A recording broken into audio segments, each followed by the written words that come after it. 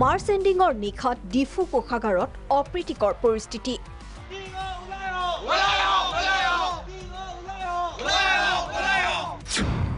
কোষাগাৰ বিষয়াৰ কাণ্ডত অতিষ্ঠ ঠিকাদাৰ চৰকাৰী কৰ্মচাৰী।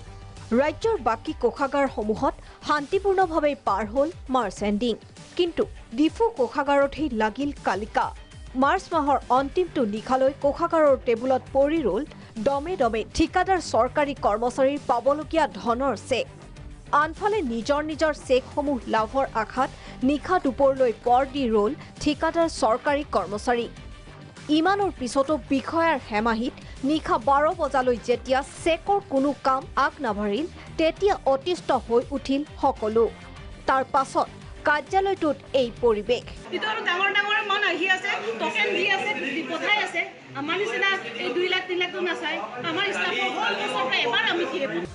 বিষয়াৰ কাণ্ডত ক্ষোভিত ঠিকাদাৰ চৰকাৰী কৰ্মচাৰীসকল।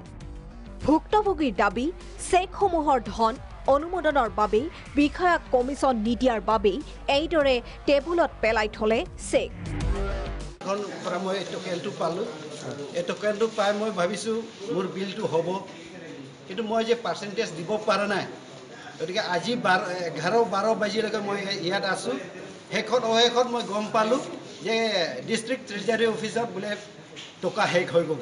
বহি আছোঁ মানে পোৱা নাই। কালি দিনটোৰ পৰা আমি দিনে ৰাতিয়ে এনেকা বহি আছোঁ। এনেকুৱা আমি পোৱা নাই যে চেক হেৰাই গ'ল, ক'তবা কোনোবা দেখা নাপায় পালোঁ, তথাপিও চেকটো হেৰাই গ'ল। আমি তেনেকুৱা আমি অফিচৰ টকা কাৰণে ঘূৰি আছোঁ। টকা দিব লাগে। টোকেন কি যোৱা বছৰ 16 এপইণ্টমেণ্ট কেইটা আমাৰ ষ্টাফৰ, এইটোতো এপইণ্টমেণ্ট লাগে নিয়মতে, মানে চেলেৰি নিদিয়ে। এইটো এপইণ্টমেণ্ট নালাগে বুলি লাগিব বুলি চেলেৰি নিদিয়ে। এইটো হওক আৰু আমি লৈ আনিম এপইণ্টমেণ্ট, কিন্তু 1000 পাৰ হেডৰ পৰা 1000 দিলে ইহঁতৰ চেলেৰি পাৰ কৰাই দিয়ে। নিশা সৃষ্টি হোৱা পৰিস্থিতি নিয়ন্ত্ৰণৰ বাবেই কাৰ্যালয়টোত উপস্থিত হ'ল আৰক্ষী প্ৰশাসনৰ বিষয়া। কোষাগাৰ বিষয়াৰ কাণ্ডত অতিষ্ঠ হৈ নিশাই দণ্ডাধীশৰ জৰিয়তে উপায়ুক্তলৈ স্মাৰক পত্ৰ। সমান্তৰালকৈ কোষাগাৰ বিষয়াৰ বিৰুদ্ধে ঘটনাস্থলীতে এজাহাৰ দাখিল।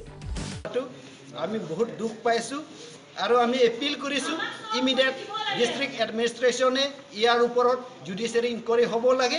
যে টোকেন পায়ো আমাৰ যে কাম নহয়, ফাৰ্ষ্ট টাইম আৰু এটা টোকেনটো মই 26 ৰাতিপুৱা 9:15 লৈছোঁ। এইটো দিয়ে কাৰণে আমি আৰু আমাৰ এইটো বাইদেউৰ কাৰণেতো মই পইচা দিছোঁ। আজিও 5000 দিছোঁ, সেইদিনা 2000 দি গৈছোঁ। লাগি আছিলোঁ ভাবক। তাৰপিছত আকৌ আজি ইটো পাছ হওক বুলিকে আকৌ 5000 দিলোঁ। তাৰ লগে লগে লোকে টিঅ' ৰুমত দিছে আৰু।